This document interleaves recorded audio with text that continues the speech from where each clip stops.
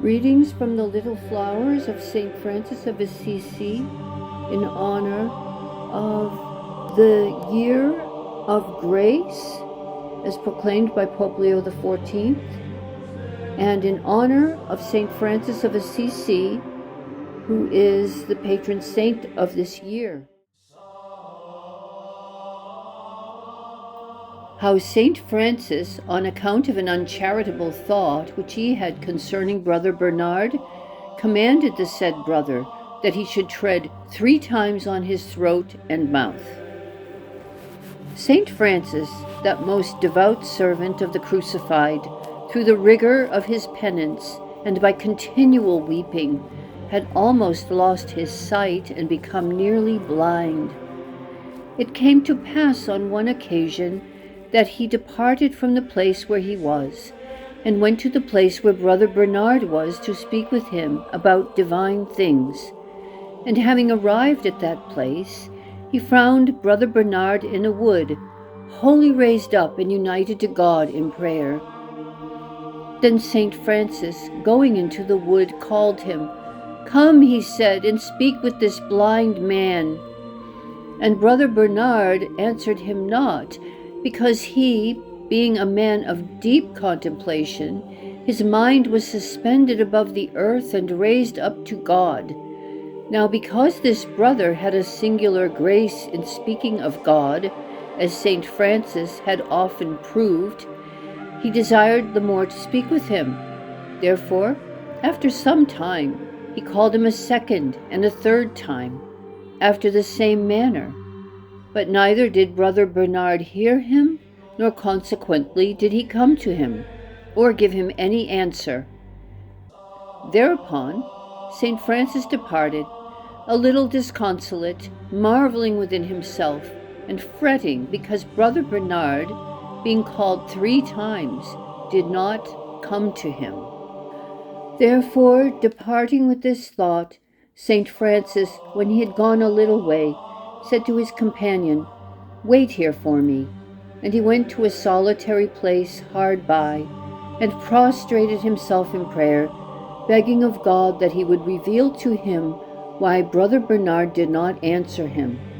And as he prayed, there came to him a voice from God which said, "O thou poor miserable little man, why art thou thus troubled?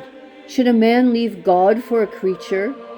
Brother Bernard, when thou calledst him, was communing with me, and therefore was not able to go to thee, nor to answer thee, seeing that he was so much out of himself that he heard none of thy words." Then St. Francis, having got this answer from God, immediately returned to Brother Bernard in great grief, to accuse himself humbly of the thoughts which he had had concerning him. And seeing St. Francis come towards him, Brother Bernard went to meet him and threw himself at his feet. But St. Francis bade him arise and told him with great humility the thought he had had, the trouble in his mind concerning him, and in what manner God had replied to him. And he concluded thus, "I command thee by holy obedience to do that which I shall command thee."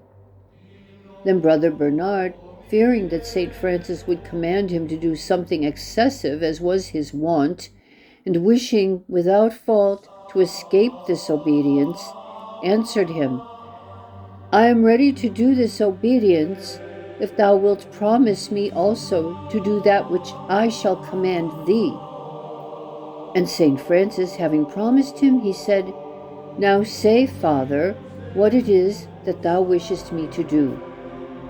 Then St. Francis said to him, "I command thee, under holy obedience, that in order to punish my presumption and the rashness of my heart, that I shall cast myself down on the ground. Thou shalt place 1 foot on my throat and the other on my mouth, and then pass over me 3 times, from one side to the other, speaking to me reproachfully and contemptuously, and especially saying to me, 'Lie there, miserable little son of Peter Bernardone, whence comes to thee so much pride, seeing thou art a most vile creature?'" Hearing this, Brother Bernard, although it went very hard with him to do it, yet through holy obedience performed as gently as possible that which St. Francis had commanded. And when he had done so, St. Francis said, "Now command thou me that which thou wouldst have me do for thee, seeing that I have promised thee obedience." And Brother Bernard said, "I command thee by holy obedience, that every time we are together, thou shalt reprove me for my defects and correct them sharply." At this St. Francis marveled greatly, inasmuch as Brother Bernard was of such great sanctity that he held him in great reverence and did not deem him blameworthy in anything, and therefore, from that time forward, St. Francis took care not to stay much with him on account of the said obedience, so that no word of correction might come from him toward one whom he knew to be of such great holiness. But when he wanted to see him, or to hear him speak about God, as soon as possible he left him again and departed.